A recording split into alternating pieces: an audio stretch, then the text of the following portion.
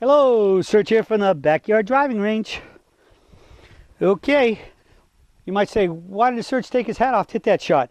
I've talked about it in dailies and stuff and things, but when I'm playing with these more firm big brims to keep the sun off my face, I found that because the brim is so much, I could be hitting it, and in some cases when I hit them, and they can actually pop off, especially if the wind's blowing.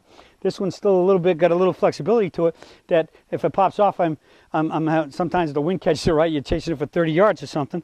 But it's also a case of, to avoid the brim, I started to swing a little bit wide. So when I get into these tall hats, I tend to take them off, put them on the ground, hit my shot, bend up and put it back on, because I really want to keep the sun off my face, so you got less chance of having any of these issues of skin problems. I go to dermatologists twice a year.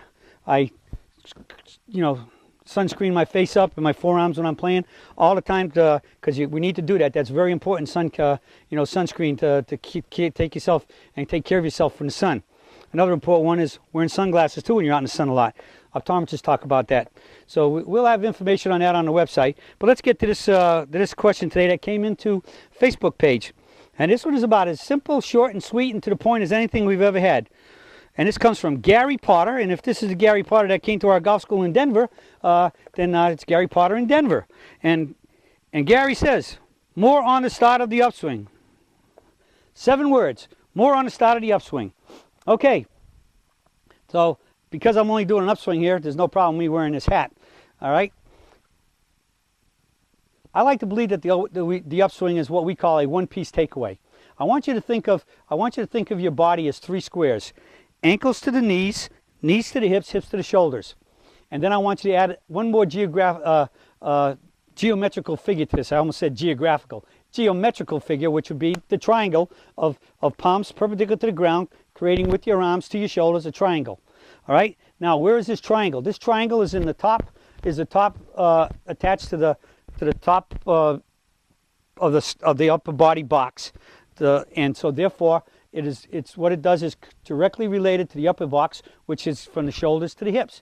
And then the upper box is connected, has one of the same edges. The top edge of the middle box, the hip, is also the lower edge of the upper box, and then vice versa down here with the knees.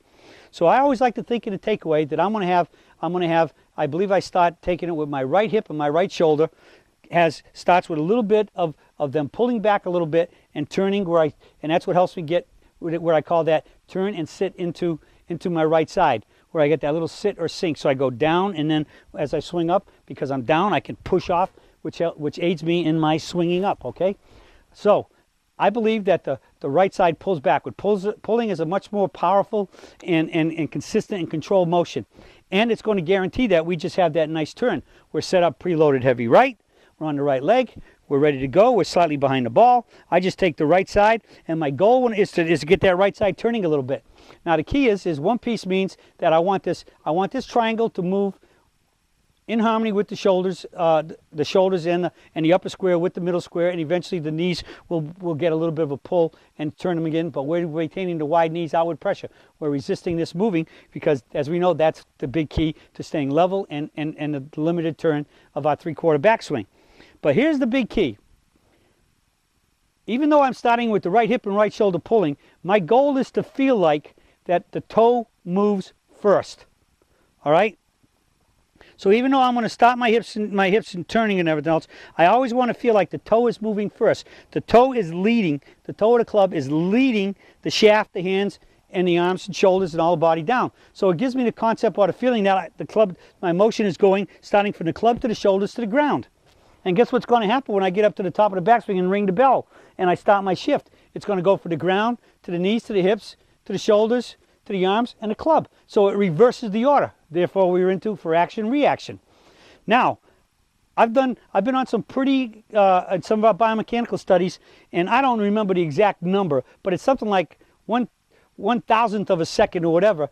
Even though I'm thinking and I'm trying to feel like my toe moves first, my hip and shoulder are actually, when some of these phenomenal computer systems can measure down to like thousandths of an inch of a second or less.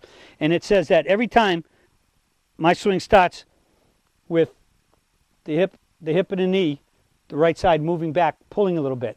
Now, as I said, I'm trying to do that, but I'm still trying to feel that my club's moving first. Because if I pull and I don't really concentrate on getting that toe to move first, if my hands come back, guess what? The hands and the grip are outrunning the club. What's going to happen? I got that lag and I'm going to have eventually I'm going to have to flip it to get it catching up. And normally once it catches up, it's because I flipped it and added all that extra momentum and energy to it. It's very likely going to run past the hands, and now it's going to be very likely break my wrist down and/or start going flat and pulling my body out of position.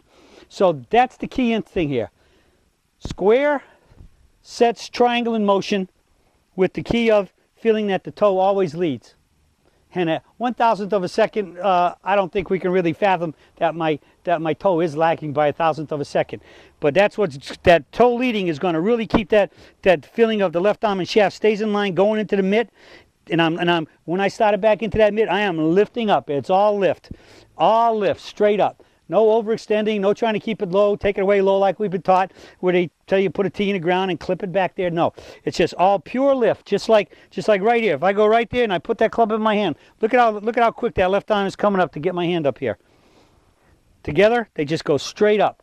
All right, a little bit of turning up, and when you do that, and that club's leading first, you get that good synchronized movement of everything in the right order, everything staying together, maintaining all your angles, especially your firm left wrist that you don't want to break down. We do everything we can to not let it break. And I go in the mitt and up the tree.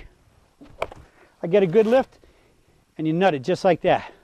DSP, dead solid perfect. When you hit it nice and solid, good alignment, you'll be hitting the ball much more straight at your target, and that's how you shoot lower scores.